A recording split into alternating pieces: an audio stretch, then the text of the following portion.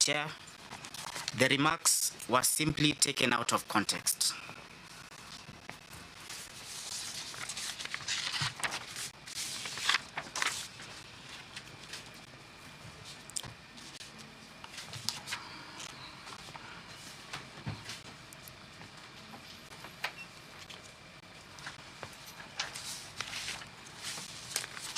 Chair, if you look at this particular report, is it the report?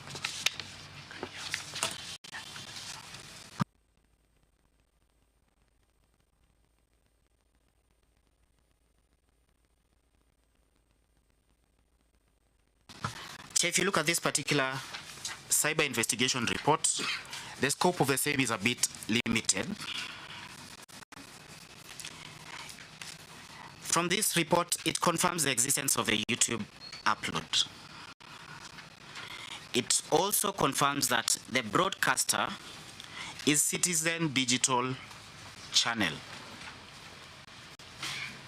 It also confirms that the upload was made on 7th July 2026. Lastly, this particular report only confirms that the video was stored in a DVD marked as CSE 295/2026. What the investigation report fails to catch is that it does not conclude that the respondent committed bribery. It equally does not conclude that the voters were induced in any way. It does not conclude that money changed hands.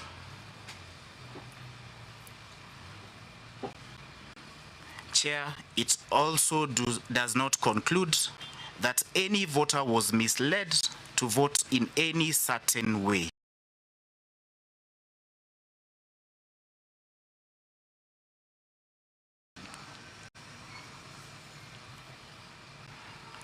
Such that if this particular committee is to make that determination as to the alleged breaches, it would not rely upon this particular report.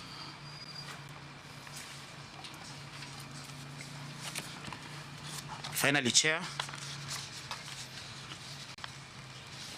let it go on record that it only authenticates the video. It does not prove any alleged breaches. That is all we have from our end.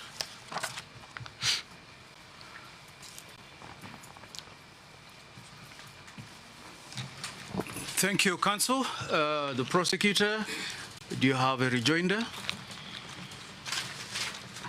Yes, Chair.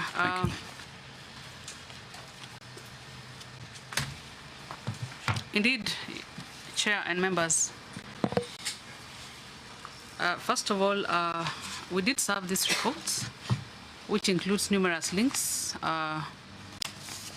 to the video clip which we played before this committee, and it was duly served upon the respondents. Chair, this forensic report cannot point out the offenses or the breaches of the code.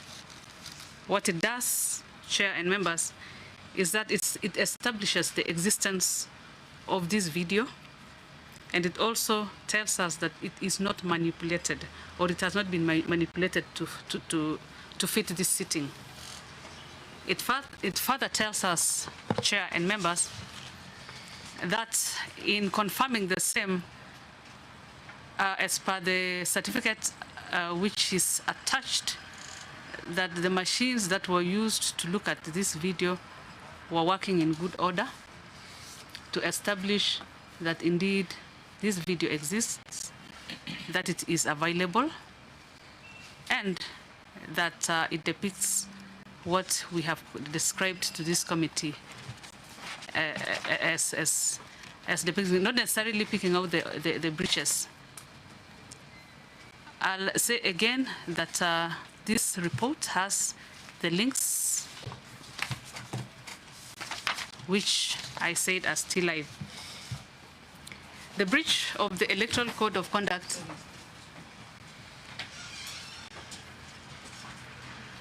is in the details.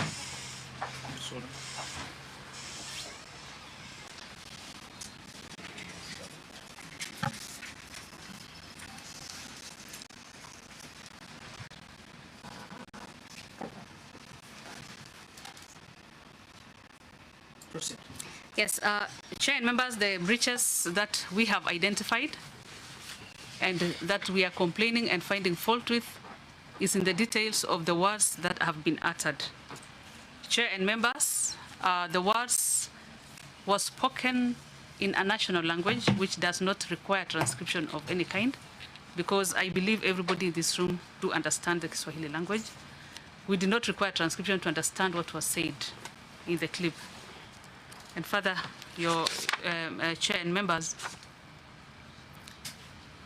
we still reiterate that this forensic document depicts a leader addressing people who regard him as somebody who can guide. And by guiding, he did in the way that he knew best at that time. That is all, Chair.